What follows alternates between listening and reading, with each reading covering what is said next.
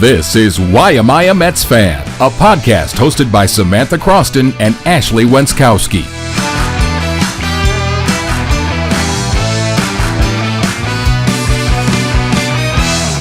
What's up, everyone? Welcome into the Why Am I a Mets Fan podcast. Ashley Wenskoski, Samantha Croston. We are two Syracuse-based reporters who have a baseball podcast. Sorry that we're recording on a Friday this time around. As you know at this point, if you've been listening for a while, we are local news reporters. Every once in a while, the job that pays us gets in the way of the side hustle. What do you want me to say? The real job, you know what I mean? What do you want me to say? Plus, it's opening day. We figured it fit well, the whole 9 yards. Thought it made sense.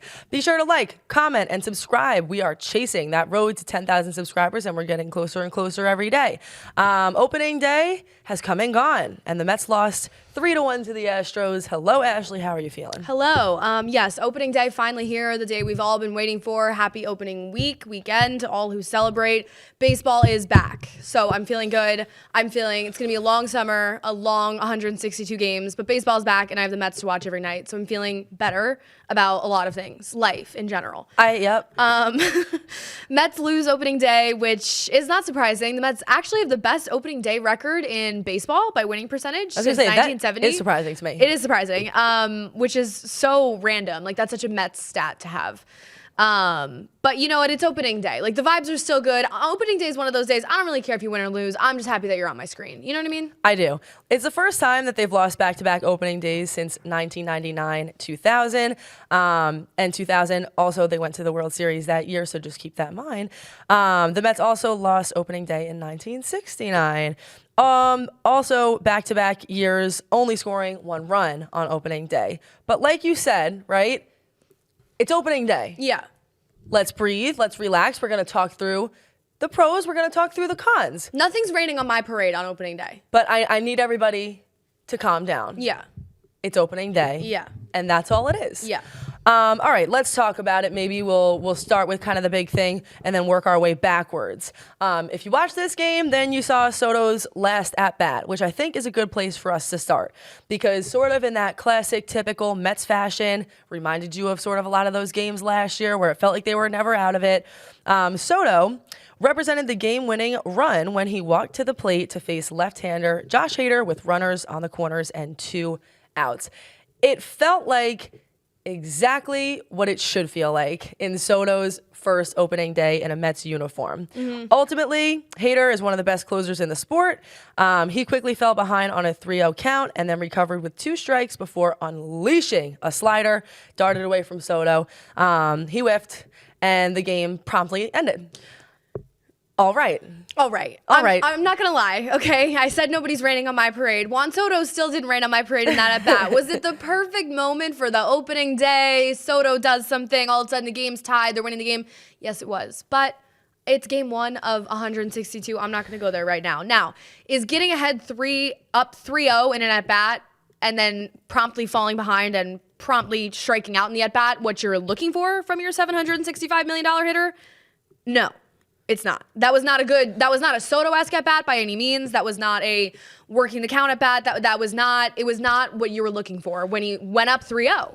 It was not a $765 million at bat. Truth. No. It was not a good at bat. No. Truth. I mean, the fastball that he sat on was right down the middle. Yeah. Perfect pitch. And then the pitch that he swung at was really nowhere in the zone at all. Yeah. Listen, again, to your point, it was that perfect moment where the Mets had a little bit of juice, and it felt like these are the moments where you pay him for. Yeah. And he's the right guy under pressure, and it could have been his first really big, FU moment to the Yankees and to all of his doubters and haters. And honestly, he struck out, and I could, hear Yankees fans laughing.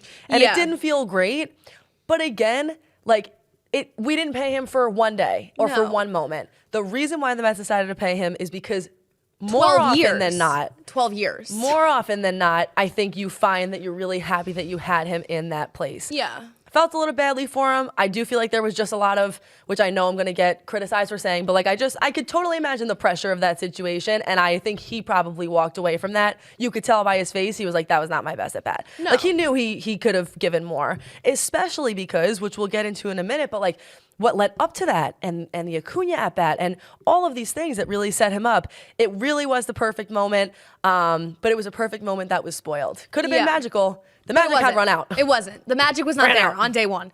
Yeah, all I have to say is something I'm really not interested in, which I can feel brewing and festering from Mets fans and just baseball fans, is I'm not interested in doing a Juan Soto watch, does Juan Soto, live up to $765 million with every single at bat that the man takes. I understand it's opening day. I understand the spot that it was. I got it. I got all of it. I'm not interested in going through 162 games this season and doing like a Juan Soto watch in every single one of this man's at-bats. I mean, he's going to have hundreds of at-bats by the time the season's over. I am not interested in Twitter having a crash out, burnout, meltdown situation, whether you're a Mets fan or a Yankees fan or a whatever, with every single pitch that Juan Soto sees. He's going to, whatever. We'll see what happens with him this season. You can't live and die with every at-bat and every pitch, and it seems like things are set up due to the caliber and the pressure of the contract that he signed this offseason for things to go that way. And I know, that's why the Mets paid him. That's why you got to earn that money. I know. I will sit here, if he sucks in July, and tell you that I'm unhappy and he's underperforming. But we're not going to live and die with every pitch. I'm not into it. I already see where this is going with baseball fans, and I don't want any part of it. You know that graphic that continuously popped up when Shohei Ohtani was gonna go up to the plate? Yeah. Do you know what I'm talking about? I do. And it was like this little graphic of him essentially, or even before he would show up, it'd be like Ohtani warning, 2 batters away. Ohtani no, warning, I'm not 1 interested batter in that. away. I am not interested in a Soto warning. Oh my, listen, I get it even for the broadcast.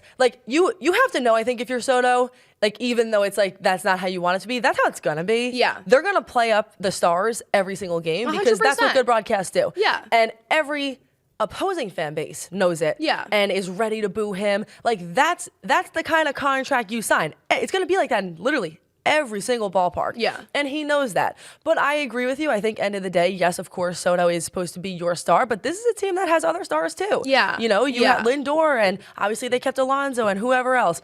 I hear where you're coming from. I think the biggest thing on opening day is just to see what is given to you and relax, and let's let a month of baseball sink That's in what I here, mean. and let's just settle in. A month, a few months. I get it. Like you said, that's going to be everywhere he goes. I saw a beat writer for the Mets say that in Houston, in this opening series against the Astros, more of the talk is about Juan Soto than it is about the Astros from the Astros fans. It's a national spectacle. I get it. That's what you signed up for. That's what the Mets signed up for. I'm just saying I need that panic meter to simmer down a little bit. And listen, let me say one other thing. If Soto decided to stay on the Yankees and this happened in opening day for the Yankees, I would totally be sitting here being not overreacting, but being whatever Yankees fans are saying, you know? Yeah, yep, overpriced, X, Y, and Z. I'm sure. So I get it, and I understand why people are going to do that. But relax, and we'll see what ends up happening. Keep that same energy when he's doing well in the middle of the summer. That's all I have to say. That's all any of us are trying to say. Hopefully, this is just one thing I want to point out. This was intern Dan's criticism. He said that he felt like in that at-bat, the best plate discipline in baseball kind of disappeared when it mattered most. And intern Dan believes he wanted to be the hero a little bit too much. Yeah. I think that's fair to say. I do too. His final line, he was 1 for 3 with 2 walks. And I will say, even just, watching him and watching his at-bats, I really do feel like he's going to draw quite a few walks this year. And I do love, for the most part, far and away, the discipline that he has when he steps up. His plate discipline is what makes him so elite in the way that he sees the ball and knows which pitches to hit. And that is what makes Juan Soto Juan Soto. I agree. So there were also some very important things to note as far as what led up to Soto's at-bat.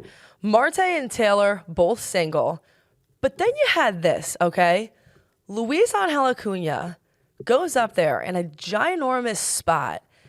He gets down in the count 0-2 and draws a 12-pitch walk. You mean you want to talk about plate discipline?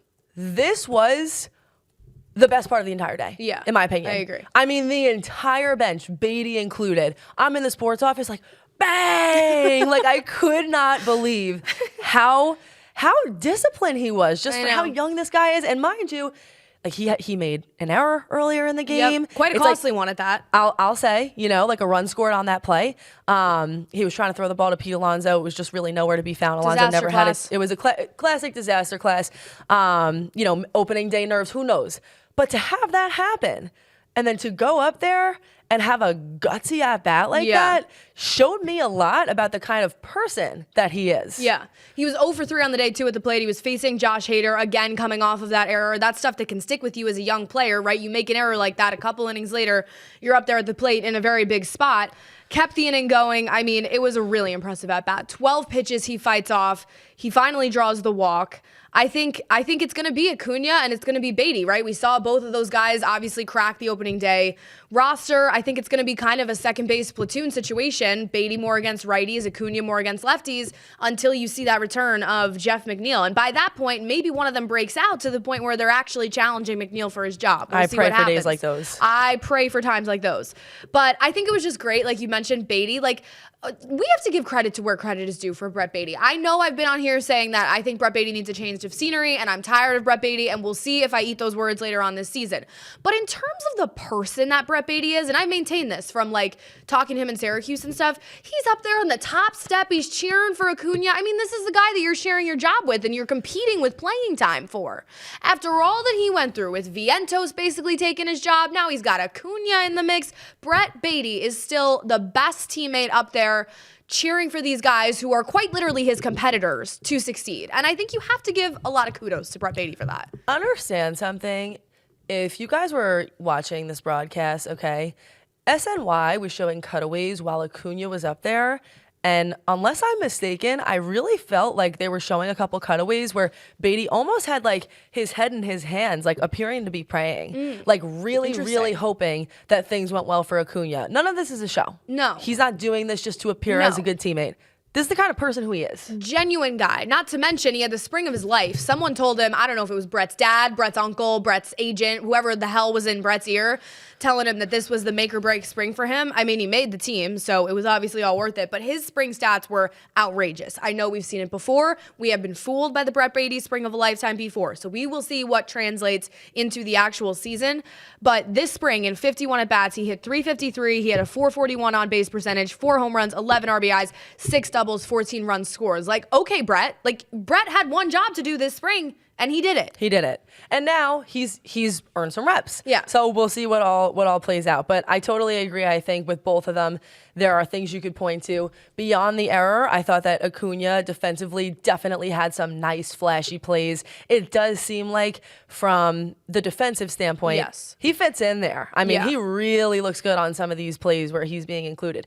What I will say is that storyline of Brett Baty, LuisAngel Acuna, platoon, pre-Jeff McNeil coming back is one of the most interesting storylines, I think, on the Mets in this early season, early spring, early April, because I think it could have implications as to which one of those players kind of sticks with the team moving forward. And here's the other thing. It's just so hard. It's what do you do? Because just in those situations across sports, right, you keep on switching people out, going back, forth. It's a lot of mental pressure. It's some confusion. Yeah. I would almost say that in these kinds of situations, sometimes it is more beneficial to, generally speaking, stick with one person and see how it plays out. But it's how do you in this situation decide that? Because these players are so different. I know. And I like offer the such platoon. different things. I like the platoon for right now. I think Baty's better against righties. I think, again, Acuna gives you some of that defense, some of that late inning options, right? Base stealing, that stuff. I like the platoon for now. We'll see where it goes. We'll see. Hey, shout out to Hayden Sanger. He did strike out in his MLB debut, but it was just kind of a crazy story. He was bagging groceries at a Binghamton Whole Foods last season while playing for the AA Rumble Ponies, and his wife actually made it in time from Nashville to see him. He's 27 years old. I mean, great story. And just imagine any of the people who maybe had a brief conversation with him while he was bagging groceries, being I just saw that guy at the Binghamton grocery store. Now he's on the Mets. That guy works in my Whole Foods. What? Not anymore. He doesn't. I know. No, that's awesome. Really happy to see that. Okay. Then you also had Clay Holmes. So let's talk about that.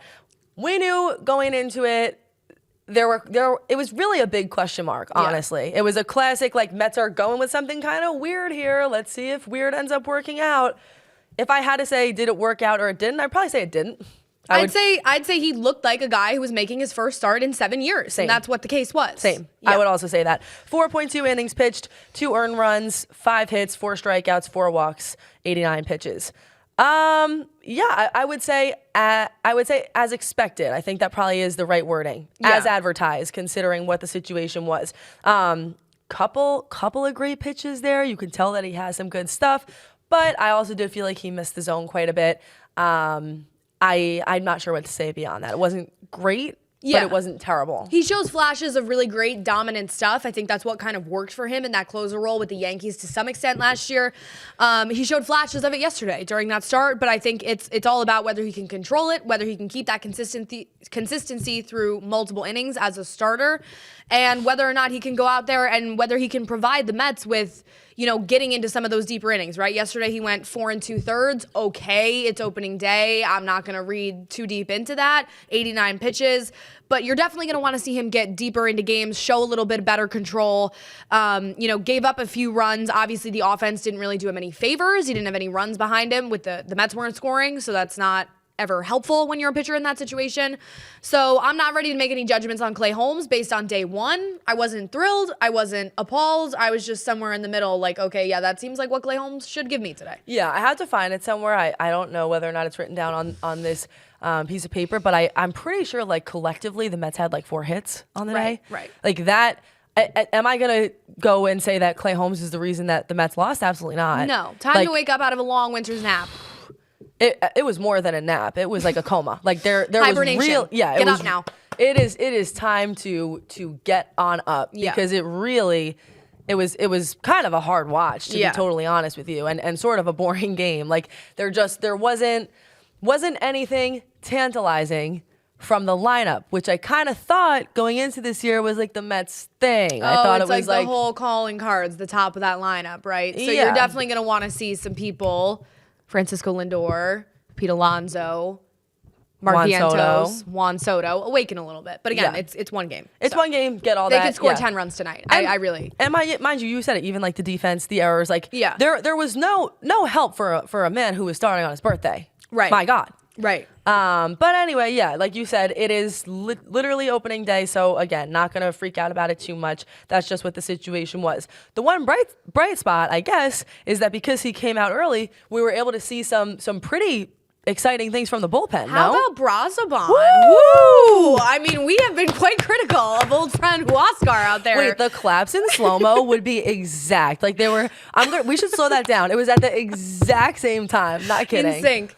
Brazoban and Danny Young over 3 innings scoreless. I was surprised to see that, genuinely, especially on an opening day. The bullpen, you never know what's going on there. Some of these guys barely made the team. Brazoban was in question, one of them to make the team. He's out there in Houston throwing scoreless innings. I love it. If it was a question, it was answered, man. He did a great job. Yeah. So that part, yes, great, nice to see. Offensive struggle is listed as a bullet point here. Sort of feel like we went over that for the most part. But if there's anything else that you would like, okay, it was only 6 hits, I think, all day. But yeah, either way, it was still just not great. I'm not going to hit the panic button. Listen, something I also refuse to do is I'm not hitting the panic button on Francisco Lindor. But what I will say is, and I know a lot of other Mets fans share this sentiment. There's trauma. Francisco, listen to me now. I have a lot of post-traumatic stress with Francisco Lindor's slow starts. I am going to need him to show signs of life before June. And that is something that he struggles with. April and May are not Francisco's 2 favorite months of the season at the plate. All right. And we saw that last year that doesn't even matter. Then all of a sudden he's, in the MVP conversation. The Mets are, in a playoff race down the line. We saw last year, like the 2024 Mets are the absolute perfect example of April and May and even the beginning of June not really mattering that much. I mean, it matters in terms of wins and losses, but you can resurrect your season as late as June, July, right? If you're a player or a team. But Francisco, please just don't put me through this again. I'm begging you. That's the thing. You're like, you can keep it alive, but does it have to be that way? What if we just, come on. What if anything? What if anything? What if we just started fast? Please. Fast start. Even an average start. Just not like whatever he had last year when he was hitting like 141 or whatever it was for like 2 months. I really can't endure another one of those. What if we didn't have a crash out to start the season and then had to crawl out of a gigantic hole? Right. Right. Ooh. That would be nice. It actually makes his numbers from last season that much more impressive when you realize the hole that he dug out of. No. Insane. Like from the beginning to the end of that, remarkable. Crazy. You're right. It's like you almost don't even like think about it just because of how great he was playing at the end. But I totally agree. Like, have you seen any of those memes on Mets Twitter where it's like a picture of somebody looking at themselves in the mirror, and you're Yes. like, you are not going to let Francisco Lindor's at-bats control you for the next month. Like, it's so you are not going to say bad things about Lindor during that time. Literally it's me. Like, you need to literally, like, remind yourself and ground yourself. Yeah. No, he's better than that. Yeah. He's all good. Yeah. Oh, by the way. Yeah. How great did he look on the magazine? Hey, Oh my God, the GQ. Oh my God. Whoa. Folks, listen. The GQ, not only Francisco's, we were spoiled with content this week in Mets world. Francisco's out here on the GQ. He looks phenomenal. He just has so much aura. Like, Francisco Lindor as a baseball player is like one of the coolest players in the game. And I'm not just saying that as a Mets fan. Francisco Lindor really exudes something. It's not even just like, he's adorable, but it's not even, it's just charisma. That's what I mean. It's not looks. It's like a general like energy that radiates off of him. It's energy. Yeah. Like, he was wearing like a full-blown suit, but there were Mets colors in it underneath. It was just... It was great. It was just great. 10 out of 10, no notes. And then, of course, the Mets themselves gracing the cover of Sports Illustrated. That was a huge surprise. I didn't know that was happening. I'm sure most of Mets Twitter and Mets fans did not know that was happening, of the Sports Illustrated baseball preview issue. I mean, how fantastic. They got half the team out there. Soto's in the front, but then you have like Vientos peeping in the background, Manaea's little faces coming through. I loved like how many players they featured in that cover. It was awesome. All these little smiley faces. I have like a couple photographers I'd like to like Zelle 10 bills too, just to say thanks. Right. Really, really a great content. Great stuff. They said whatever the line was under the Sports Illustrated, it was like the Mets are the perennial underdogs or something. I don't know. My dad found the magazine at Barnes & Noble, so it is waiting for me at my house in Pennsylvania. Wait, I'm pretty sure my mom got one too. They're like, it looked great on the set. So yeah, we'll have one of those on the set at some point. There'll be one. For sure. Anything else that you want to say on the lineup? And then we'll just go over a couple more things we have on here. Yeah, we'll see what happens the rest of the series in Houston. Then the Mets go to Miami. And then, of course, they come home to have the home opener against the Blue Jays next week. Still no comment at this time about that. But portions of the gaggle, Tyler McGill and Griffin Canning, will take the mound for the rest of the series in Houston, and then David Peterson and Kodai Senga will start in Miami. So definitely interested to see what some of those guys are going to bring in their first starts, especially I'm very intrigued by like a Canning, who we don't know much about. Senga is really kind of just a wild card this season as a whole. So really, really interesting to see some of those starts this week as we kind of get moving and get going. Something on this table is just wobbling back and forth. It is so annoying. I don't know if you hear that. Sorry if you guys hear that. We'll work on fixing that. I agree. I think Senga is one of those where that to me feels make or break. Like we got to see what he's capable of. But I totally agree. I think coming into this season, the pitching again was, starting pitching was a big question mark. I think it still is. I think we have to see what everybody is able to offer. Feel better, Manaea. Come back soon. We got good news. That's what we're going to end with. We got some good Mets injury news on Frankie Montas and Sean Manaea. We went 2 for 2. Like, I don't know what's happening there, and it almost feels too good to be true. Manaea cleared to throw this week following a clean MRI, so that would keep him on track for kind of that return that they said, late April, early May, whatever that ends up being. And then Frankie Montas, his MRI this week showed really good healing in his strained right lat. David Stern said he's still a week or 2 away from starting a throwing program, but that's 2 good pieces of injury news for this rotation. Not good. Really good. Yeah. Love that. Yep. You have one other bullet point here. I'll let you just rip that too. Yep. The Mets designated Alexander Canario for assignment prior to opening day. Really unfortunate, honestly. It was one of those just like too many cooks in the kitchen. They traded for him from the Cubs in February. He's only 25, kind of one of those guys that has some upside, has some potential, and he had a huge spring. In 17 spring training games, he hit 306. He had 3 home runs. He really had a great spring, but I mean, the Mets just have 6 outfielders on the roster who are healthy or at least gonna, really have some significant playing time. You got Soto, Nimmo, Jose Siri, Tyrone Taylor, Winker, Starling Marte. It's like, what are you gonna have, 7 outfielders? When is Canario gonna play when you factor all that in? The party has too many people. Yeah. And that just makes for a crowded party. It's just not that fun. Yeah, I totally agree with that. All right, looking ahead, you also have game 2. Is game 2 is that tonight? Okay.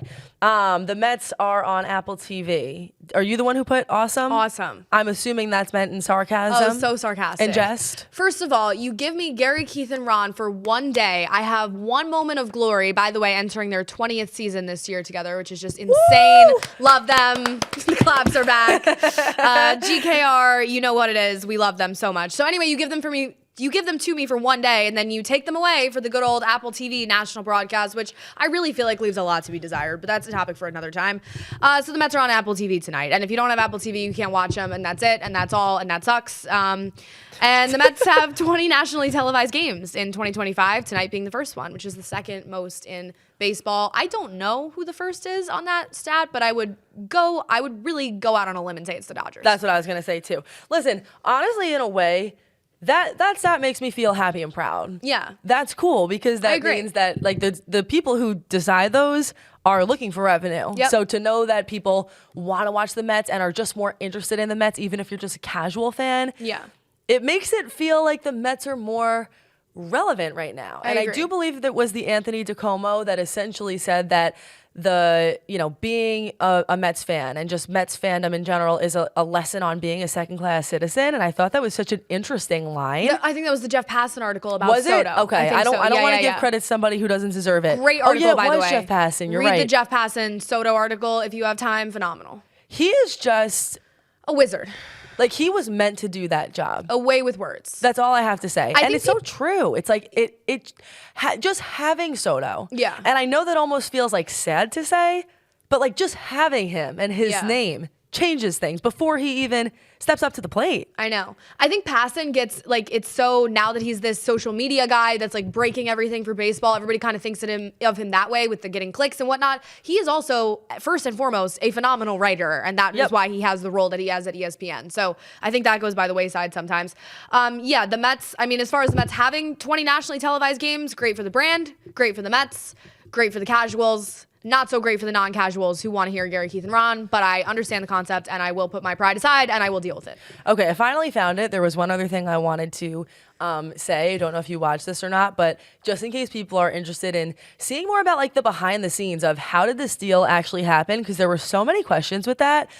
Something came out recently. It was on MLB Network, but if you have like MLB TV, the app or anything, they also have it there on demand. It's called The Pursuit. 2-part series on the behind the scenes of the Juan Soto deal and all of the hours leading up to it and how it happened and who else was interested. It is a remarkable journey. It is Steve Cohen stalking his prey. It is like, and the whole thing, I think both of them, they're like 30 minutes each. Like, it's an hour of your time. Yeah. I have no reason to say this. We are not sponsored by anybody. This is truly just me saying I watched it, and it was just a really good time. Wonderful. Yeah. I have to watch. I haven't watched yet. No, you have to watch.